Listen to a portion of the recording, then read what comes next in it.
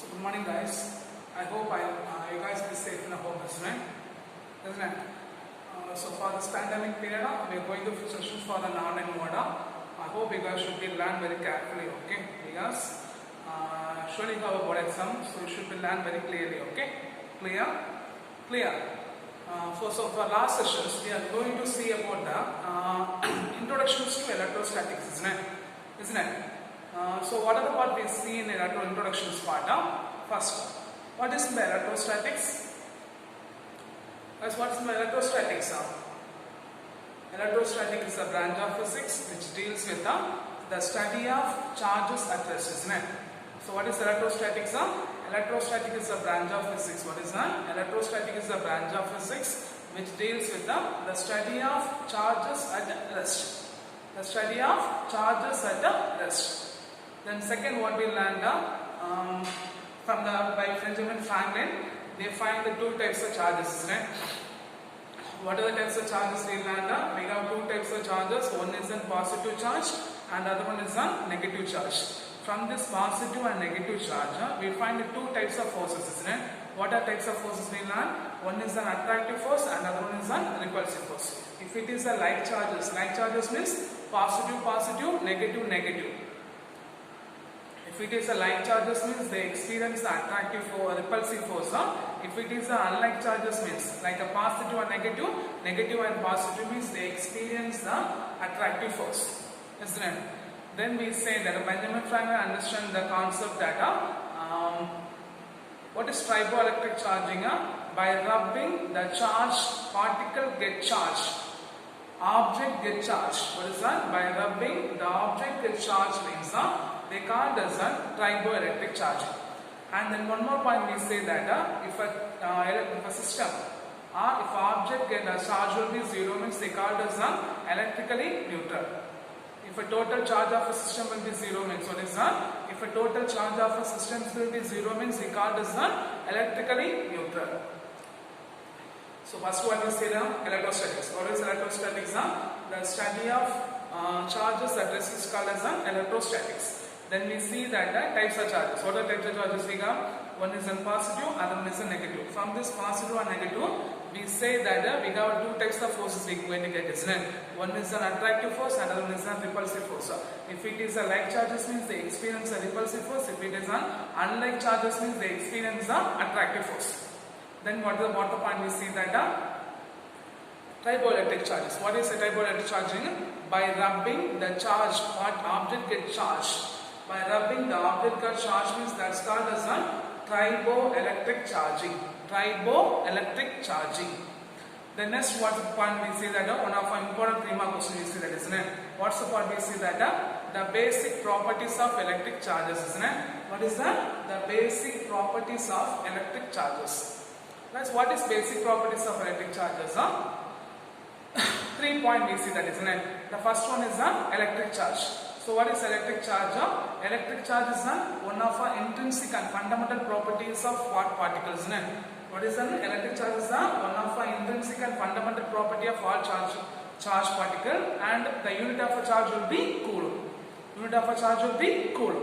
Then second, what's the point we say that conservation of charges. What is conservation of charges? The charges can be neither be created nor be destroyed, but it can be transferred from one form to other form or one object to other object.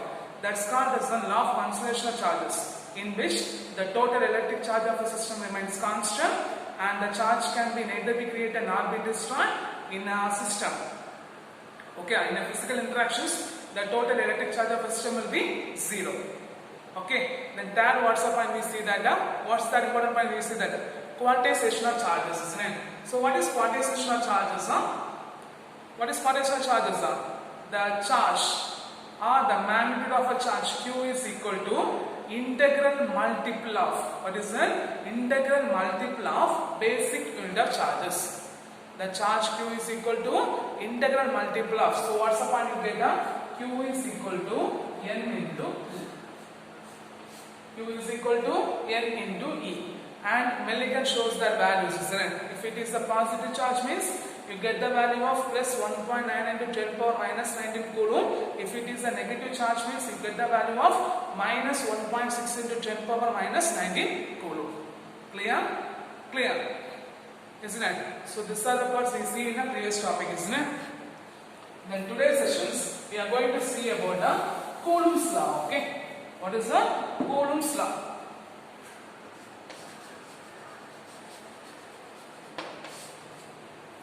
So what's the part today we are going to say about the Coulomb's law? Okay?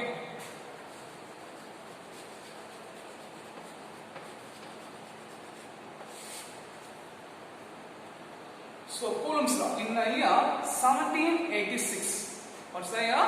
In the year 1786. Coulomb's deduced expression or derived the expression between the intrinsic force between the 2 point charges. What is that? Coulomb in the year 1786. What is that? In the year 1786.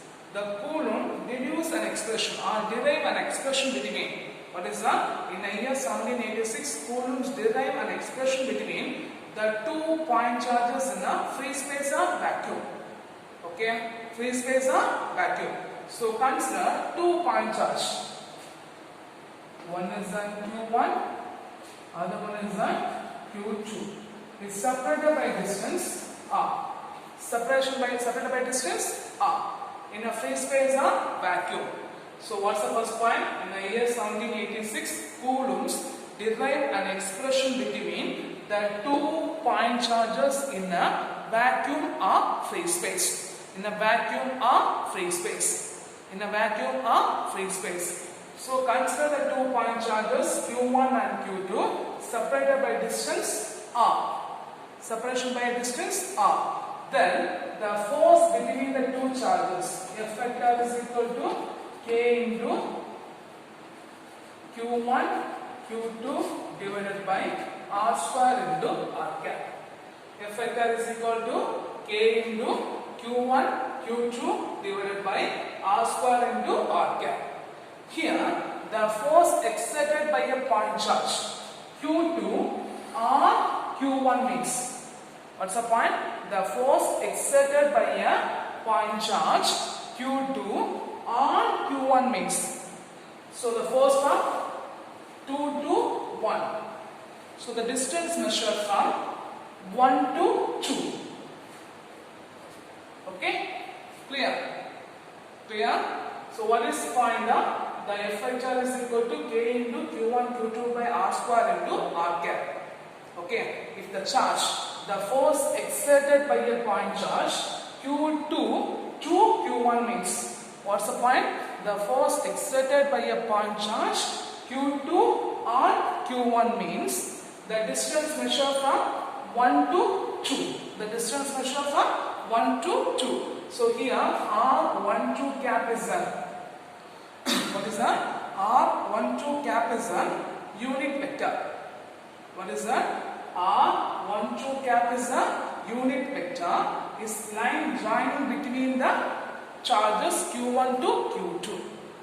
Okay, R12 cap is the unit vector, is the line joining between. What is that? It's directed from the force. It's directed from the force Q1 to Q2. It's directed from the force Q1 to Q2. Okay, it's directed from the force Q1 to Q2. Clear? So what is Coulomb's law? State that what is Coulomb's law? Coulomb's law in the year 1786. The Coulomb derived the force between the 2 point charges Q1 and Q2 in a free space or vacuum. So what's the first point? In the year 1786, Coulomb's derived an expression between the force between the 2 point charges in vacuum or free space. Force between the 2 point charges in vacuum or free space. Consider the 2 point charges Q1 and Q2. Consider force point charges Q1 and Q2 separated by distance R. Separated by distance R. Then the force between the charges F of, what is that? The force on a charge Q2 exerted on a charge Q1. The force on a point charge Q2, what is that? The force on a point charge Q2 exerted on a Q1 means F of 2, 1 vector is equal to K into Q1, Q2 divided by R square into R12 cap. Here R12 cap is the unit vector. Okay, line joining on a force on a charge Q1 to Q2. What is that? It's the unit vector directed from a force on a charge Q1 to Q2. Okay, force on a charge Q1 to Q2. Clear? Clear? So what's the pointer? In the year 1786, Coulomb's derived an expression between the force between the 2 point charges in vacuum or free space. So consider 2 point charges Q1 and Q2 separated by distance r. The force on a charge Q2 exerted on a point charge Q1 is given by F of 2, 1 vector is equal to, because the force from 2 to 1. Then the distance will be measured from 1 to 2. Okay. Force from 2 to 1, the distance will be measured from 1 to 2. So F of 2, 1 vector is equal to K into Q1, Q2 by R square into R12 cap. R12 cap. Okay. Clear? Clear? Read it out. So here, this one is the important aspect of a Coulomb's law. Okay. Important aspect of a Coulomb's law. So first point, the Coulomb's law. Okay, here the force may be an attractive force or repulsive force, isn't it? The force may be an attractive force or repulsive force, because if it is they are same charges means they experience the repulsive force. If it is an opposite charges means they experience the attractive force. So the force will be, what is that? The force may be attractive or repulsive is directly proportional to product of the two charges. Product of the two charges, which will be inversely proportional to square of a distance between them. Which will be inversely proportional to square of a distance between the 2 point charges. Distance between the 2 point charges. Okay. If a question is done, state Coulomb's law. If a question is that state Coulomb's law means, what's the point you have to write down? The force will be, what is that? The force will be directly proportional to product of the point charges, which will be inversely proportional to square of a distance between them. Which will be inversely proportional to square of a distance between them. So F will be proportional to Q1, Q2 divided by R square.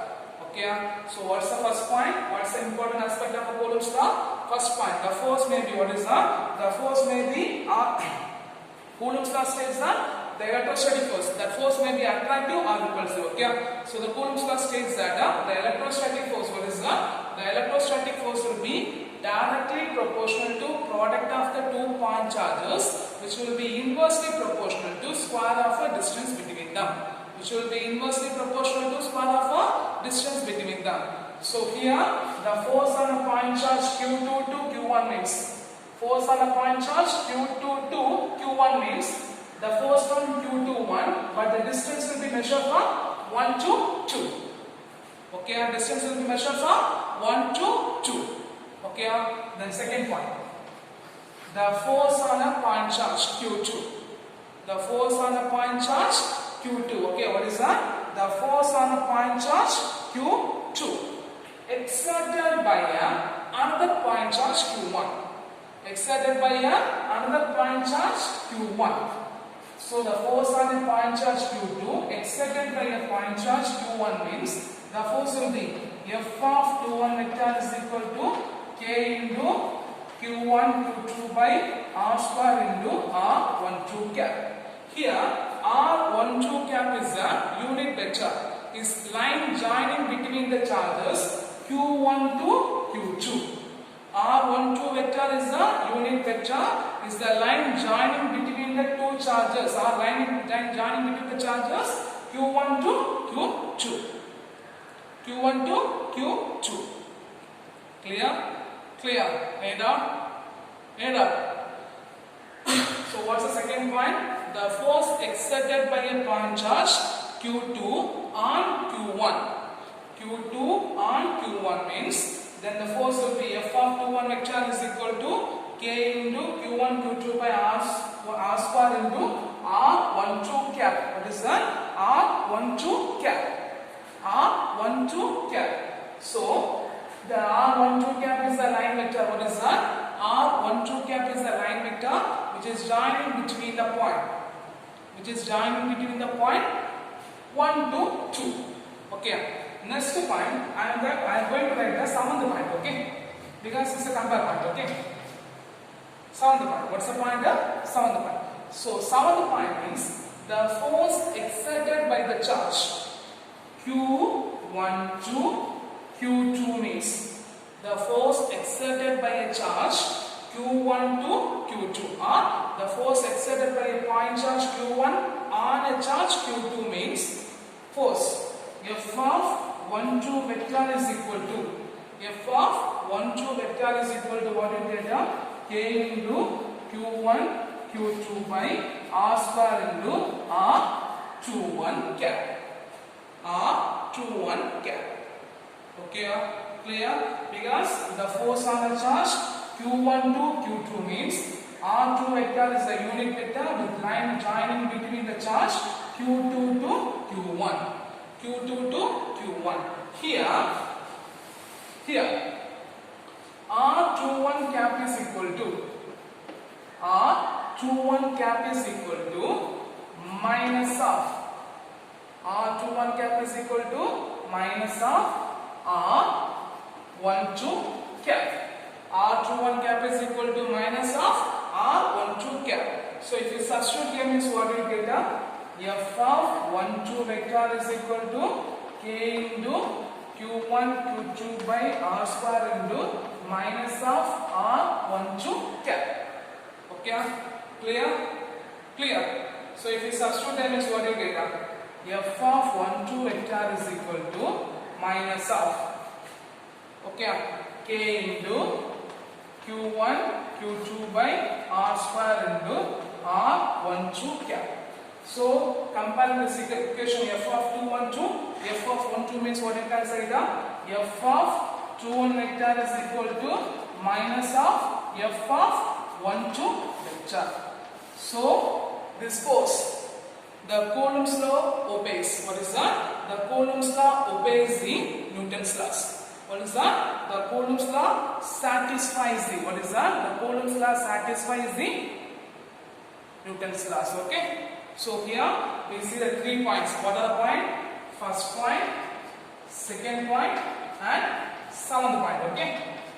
Clear?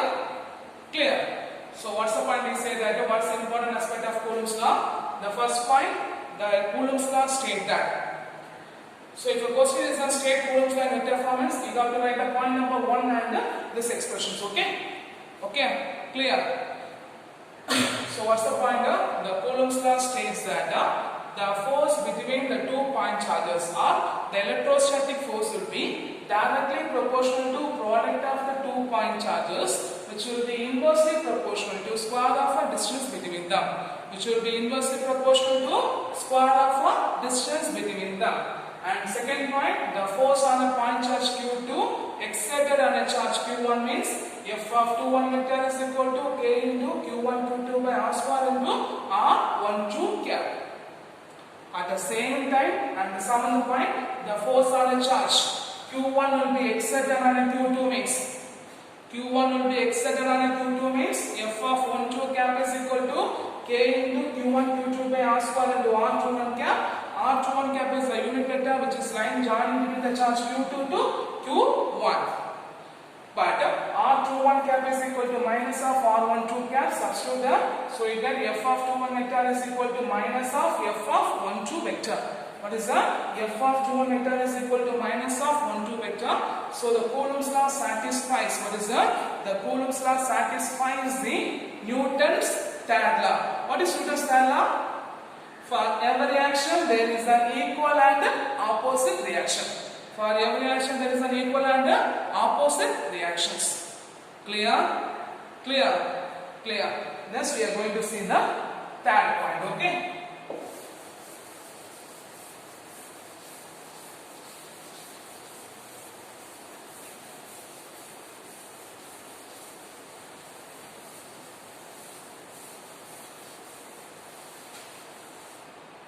So guys, in that point, the value of K is equal to, what is the value of K is equal to, what is the value of K is equal to 9 into 10 power 9. What's the pointer? The value of K is equal to 9 into 10 power 9 Newton meter square per coulomb square. What's the value of K? The value of K is equal to 9 into 10 power 9 Newton meter square per coulomb. Because the value of K is equal to, what is that? The value of K is equal to 1 by 4 pi epsilon 0. What's the value of K? 1 by 4 pi epsilon 0. And the value of K is equal to 9 into 10 power 9 Newton meter square per coulomb square. Here, the value of epsilon 0 is equal to, what is the meaning of epsilon 0? Permeability in free space. What is epsilon 0? Permeability in free space. So guys, what is epsilon 0? Permeability in free space. So the value of epsilon 0 is equal to 1 by 4 pi K. 1 by 4 pi K. So if you substitute the value, 1 by 4 into 3.14 into, what's the value of K? We find 9 into 10 power 9. So if you substitute the value, means the value of epsilon 0 is equal to 8.854 into 10 power minus 12. What is that? 8.854 into 10 power minus 12 coulomb square per Newton per meter square. Coulomb square per Newton per meter square. Okay, coulomb square per Newton per meter square. So what's the third pointer? The value of K is equal to 1 by 4 pi epsilon 0, which is equal to 9 into 10 power 9 Newton meter square per coulomb square. In which the epsilon 0, which is represents the permeability in free space. What is that? What is that? Epsilon 0 is equal to permeability in free space. So epsilon 0 is equal to 1 by 4 pi K. So which is equal to 1 by 4 into 3.14 into 9 into 10 power 9. Which is substitute the epsilon 0 is equal to 8.854 into 10 power minus 12 coulomb square per Newton per meter square. Coulomb square per Newton per meter square. Okay. Clear? So understand that point. So how many points we finish in? Fourth point. They are 1, 2, 3 and 4. That fourth point. Okay. Then fourth point. Okay. So what's the fourth point? Means the electrostatic force are the, and point number 4. So for point number 3, you find the magnitude of a charge. What is that? The value of K is equal to 9 into 10 power 9, and we get the value of epsilon 0 is equal to 8.854 into 10 power minus 12 coulomb square per Newton per meter square. And the point number 4, the magnitude of electrostatic force. What is that? The magnitude of electrostatic force between the two charges. Each charge of 1 coulomb. What is that? Each charge of 1 coulomb separated by a distance of 1 meter means. So what's the point? The magnitude of electrostatic force between the two charge. Each charge of 1 coulomb separated by distance of 1 meter. When you substitute equation number 1 means what you get? Our equation number 2 means what you get? F is equal to K. K means 9 into 10 power 9 into 1 into 1 divided by 1 square. So you get the value of 9 into 10 power 9 Newton. 9 into 10 power 9 Newton. So what's the point number 4? The magnitude of electrostatic force. What is that? The magnitude of electrostatic force between the two charges, each of 1 coulomb, separated by distance of 1 meter means then the electrostatic force, magnitude of electrostatic force is equal to 9 into 10 power 9 Newton. What is that? 9 into 10 power 9 Newton. So what's the point number 4? The magnitude of electrostatic force between the two charges. What is that? The magnitude of electrostatic force between the two charges. Each charges will be 1 coulomb separated by distance of 1 meter means then the magnitude of electrostatic force is equal to 9 into 10 power 9 Newton. 9 into 10 power 9 Newton. Then point number 5. What is the point number 5? Okay, in the Coulomb's law in vacuum. Okay, what is the Coulomb's law in vacuum? In vacuum, the permeability in free space will be epsilon 0. In vacuum, the permeability in free space will be epsilon 0. So what did we get? F of Q1 vector is equal to K into Q1 Q2 by 1 by 4 pi epsilon 0. 1 by 4 pi epsilon 0 into Q1 Q2 divided by R square into R12 cap. Okay, in a medium, as in a vacuum. In a vacuum, the permeability in free space epsilon 0, then the force F of Q1 vector is equal to 1 by 4 pi epsilon 0 into Q1 Q2 by R square into R12 cap. At the same time, in a medium of permittivity epsilon. In a medium of permittivity epsilon.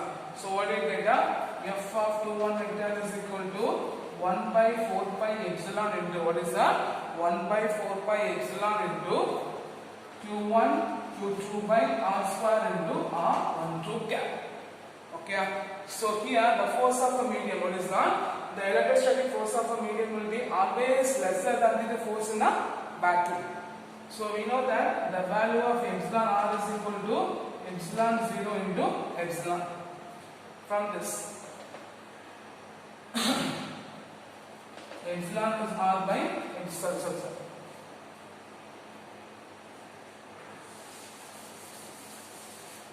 The expression for epsilon is equal to epsilon R into epsilon 0. Okay, epsilon R into epsilon 0. From this, epsilon R is equal to epsilon by epsilon 0. For air, what is that? For air, the permittivity in free space epsilon R is equal to 1. For air, the permittivity in free space epsilon R is equal to 1. For any other medium, the value of epsilon R will be greater than 1. For any other medium, the value of epsilon R will be greater than 1. So what's the point number 5? In a SI unit, the Coulomb's law in vacuum. The permeability in free space epsilon 0 means F of Q1 vector is equal to 1 by 4 pi epsilon 0 Q1 Q2 by R square into R12 cap. In a medium of epsilon means F of Q1 vector is equal to 1 by 4 pi epsilon into Q1 Q2 by R square into R12 cap. So the electrostatic force of a medium rather than vacuum is always lesser than the vacuum. It will be always lesser than the vacuum. So epsilon is equal to epsilon R into epsilon 0. Epsilon R equal to epsilon by epsilon 0. If it is air means the medium is equal to 1. In any other medium, the value of epsilon R will be greater than 1. In any other medium, the epsilon R will be greater than 1. The next point, point number 6. We are writing the comparative form. Okay?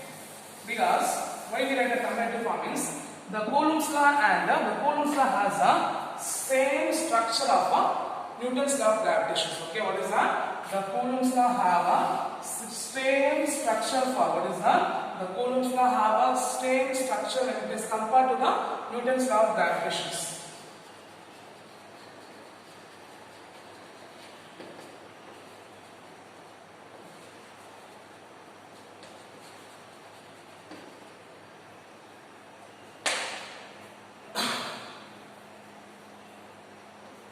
What is the Coulomb's law having the same structure as the Newton's law of gravitation.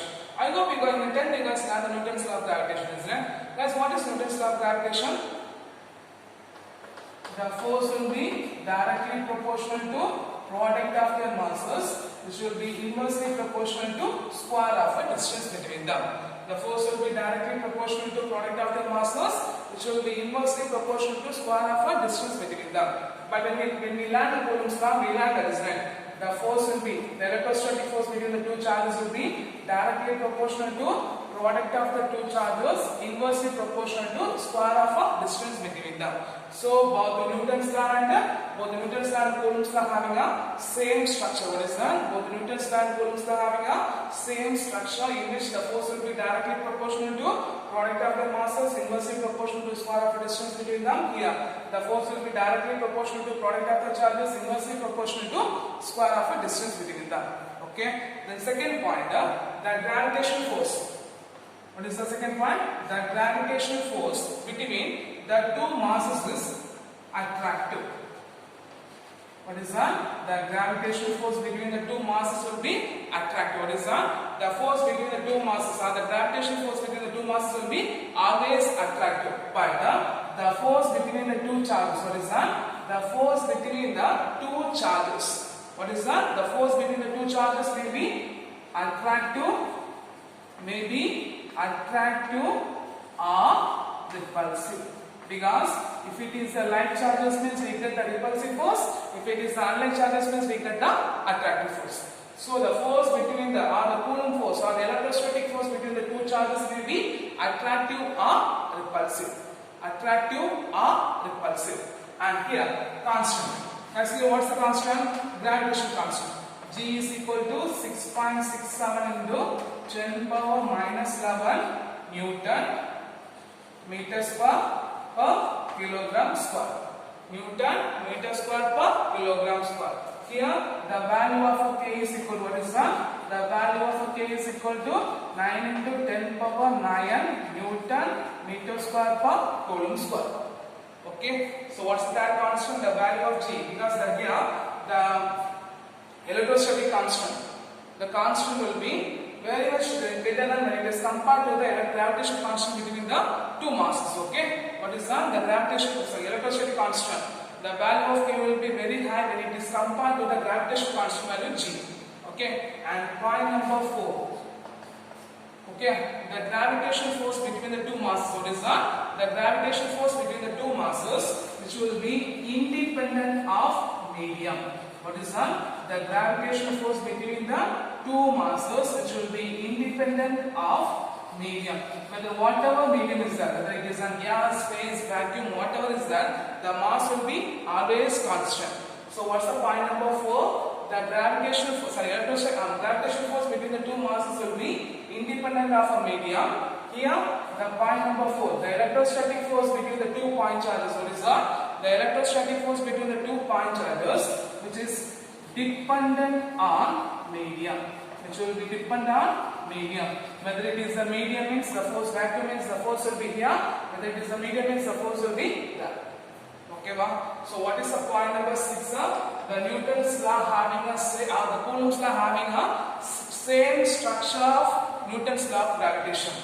So point number 1, the force will be directly proportional to product of the masses, inversely proportional to the square of the distance between them.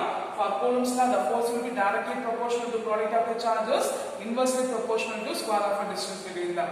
Here, the force between the two masses will be attractive. Here, the force between the two charges will be maybe attractive or repulsive. If it is like charges means repulsive. If it is unlike charges means attractive.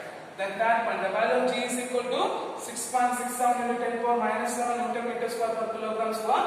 The value of K is equal to 9 into 10 power 9 Newton meter square per Coulomb square. Okay, and point number 4, here the gravitational law, the gravitational force between the two masses will be independent of a medium, but the electrostatic forces between the two point charges will be dependent on a medium. Clear.